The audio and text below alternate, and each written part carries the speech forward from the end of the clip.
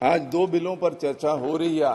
एक तो Jammu Kashmir reservation amendment है, दूसरे में नॉमिनेशंस की अमेंडमेंट है। सर, जो रिजर्वेशन वाला अमेंडमेंट बिल है उसमें तो सिर्फ जो शब्दों का उपयोग है, पहले जो 2004 का बिल है उसमें वर्ड यूज्ड है under privilege classes, weak and under privilege classes, उसको नए बिल में ओबीसी कर दिया है, अदर बैकवर्ड क्लासेस कर दिया है। वो तो इतना ही है। वो सर ये पॉजिटिव आप अमेंडमेंट ला रहे हैं क्योंकि जम्मू कश्मीर में उस नाम से weak and under privilege classes में उनको रिजर्वेशन सिर्फ 2% थी, और जब वो स्टेट से बाहर, अब तो स्टेट नहीं बची, यूटी है, जब कभी सूबे से बाहर या भारत सरकार की किसी नौकरी को अप्लाई करना चाहते थे तो उनको ओबीसी वाला बेनिफिट नहीं मिलता था क्योंकि नाम डिफरेंट था।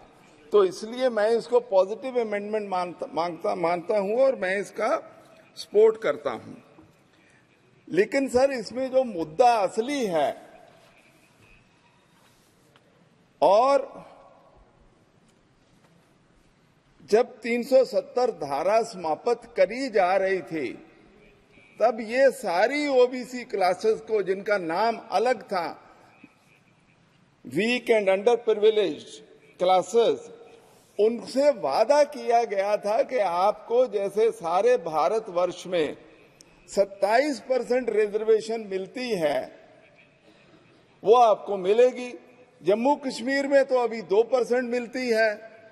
तो मैं विनती करूंगा स्पीकर साहब आपको, आपके माध्यम से गृह मंत्री जी को, क्योंकि देखिए नाम तो अच्छा हो गया, बढ़िया है, लेकिन नाम के साथ वो जो उनकी असली मांग है ये सभी ओबीसी क्लासेस की, और आपने वहां वादा भी किया था, उसका आप क्या कर रहे हैं? कोई सदन को वो जरूर बताइए, नहीं तो नाम चेंज तो हो गया, भारत सरकार में वो नौकरियों में अप्लाई कर पाएंगे, वो सही है, लेकिन जम्मू कश्मीर अब आपके पास है, यूटी है, सेंट्रली एडमिनिस्ट्रेटेड है, 2% रिजर्वेशन को आप किधर लेके जा रहे हैं, वो बहुत मुख्य मुद्दा है। हम निवेदन करेंगे गृह मंत्री जी से आपके माध्यम से कि वो जब भी जवाब दें तो इस बात पे जवाब जरूर दें कि केवल नाम ही चेंज करना है या ये जो ओबीसी सारे जम्मू कश्मीर के हैं उनका जो बनता हक है रिजर्वेशन का वो भी दिया जाएगा। ये पहली बात सर मैं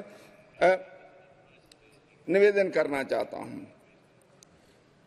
सर, दूसरी बात ये है, क्योंकि इसके होने के बाद उनको नौकरियों में, एजुकेशनल इंस्टीट्यूशंस में सभी जगह फायदा होगा, इसमें कोई डाउट वाली बात नहीं, इसीलिए तो हम कह रहे हैं कि अच्छी बात हुई।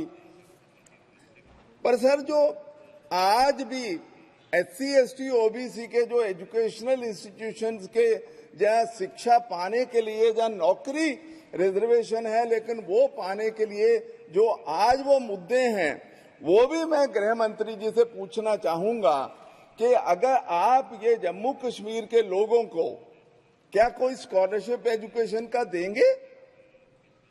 उनकी एजुकेशन को आप बढ़ोतरी कैसे करेंगे? वो कमजोर लोग हैं, गरीब लोग हैं, कैसे आप करेंगे? वो मैं आपसे सर सवाल जरूर पूछना चाहता हूं, क्योंकि जो हायर एजुकेशन का इस मुल्क का तजर्बा है, मैं वो केस को छेड़ना नहीं चाहता हैदराबाद वाले को। सर, जो एससी एसटी लड़के लड़कियां पीएचडी करते थे, एमफिल करते थे, उनका स्कॉलरशिप या तो बहुत कम कर दिया गया है या करीब करीब बंद कर दिया गया है, वो अब भटकते हैं चारों ओर। तो वो ये जम्मू कश्मीर वालों के साथ भी यही होना है, इसलिए वो मुद्दे को मैं आज रेज करना चाहता हूं, क्योंकि गृह मंत्री जी आप सारी सरकार देखते हैं, आप इसका जवाब जरूर दीजिए कि आप स्कॉलरशिप पे क्या करेंगे, क्योंकि स्कॉलरशिप बहुत बड़ा इशू है, सारे हिंदुस्तान का इशू है, जम्मू कश्मीर का तो है ही है, तो इसलिए मैं इसको रेज कर रहा हूं आपके साथ। और दूसरा मैं ये भी कहना चाहता हूं सर कि आपने जो वादा किया था वहां, अब तो 4 साल हो गए, आप इलेक्शन कब करा रहे हैं? क्योंकि वहां डेमोक्रेसी तो करनी चाहिए ना, आज नहीं कल जब भी है। आप इलेक्शन कमीशन का जवाब दे देते हैं सर, जब तक आप गृह मंत्री जी आप नहीं कहेंगे कि नहीं मैं वहां इलेक्शन करवा सकता हूं फोर्सेस के साथ, इलेक्शन कमीशन क्या करेगा? तो आपको उस पर भी बताना चाहिए कि आप वहां डेमोक्रेसी कब दे रहे हैं उन लोगों को, क्योंकि लद्दाख में आपने इलेक्शन करा दिए, अब जम्मू कश्मीर वाले इलाके को छोड़ दिया। तो मेरी बेनती है उस पर भी सर हम लोगों को कोई ना कोई बात बताइए। अगली बात सर जो मैं आपसे करना चाहता हूं, मतलब वो सारे हिंदुस्तान के एक्सपीरियंस से बात करना चाहता हूं, तो जम्मू कश्मीर में भी वही होगा सर। सारे हिंदुस्तान में जो भारत सरकार के इंस्टीट्यूट हैं, जो सेंट्रल यूनिवर्सिटीज हैं, जो आपके आईटीआई और सारे हैं, उसमें सर आज एससी एसटी टीचरों की कितनी भर्ती हुई है? यहां सर लोकसभा में राज्यसभा में भी जवाब दिया था कि अबाउट 60% पोस्ट खाली पड़ी है। तो सर ये तो नॉमेनक्लेचर तो बहुत अच्छा पॉजिटिव स्टेप है, लेकिन नॉमेनक्लेचर से अकेले में मुद्दा निपटता नहीं है ना, उसके साथ उस लाइन में जितनी बातें जुड़ी हुई हैं उनका सारा का भी तो सोल्यूशन करना पड़ेगा। उनकी पोस्ट रिजर्व कर दी, उनकी भर्ती नहीं हो रही, तो कहां जाएंगे वो? रिजर्वेशन हो गई पर भर्ती नहीं कर रही है। तो सर मेरा कहने का मतलब है क्योंकि आप सारी सरकार चलाते हैं प्रधानमंत्री जी के बाद, तो आपसे जवाब इसलिए मांग रहे हैं कि आप किसी डिपार्टमेंट से भी पूछना तो आप पूछ सकते हो।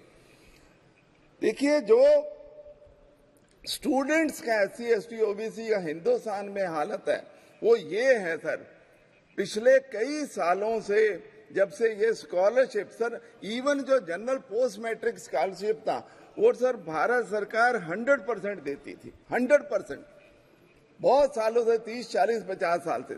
आपकी सरकार आई, आपने 60-40 कर दिया कि हम तो 60% देंगे, 40% स्टेट्स दें। स्टेट्स की तो ऐसी हालत है, वो तो तनख्वाहें नहीं बांट रहे। तो हुआ क्या है कि कॉलेजेस में, स्कूल्स में, हायर इंस्टीट्यूशंस में एससी एसटी बच्चों का नंबर बहुत गिर गया है। मैं सर पंजाब की एग्जांपल बताता हूं, जब आप 100% देते थे तो एससी एसटी स्कॉलरशिप 3.5 लाख से 4 लाख स्टूडेंट्स को मिलता था।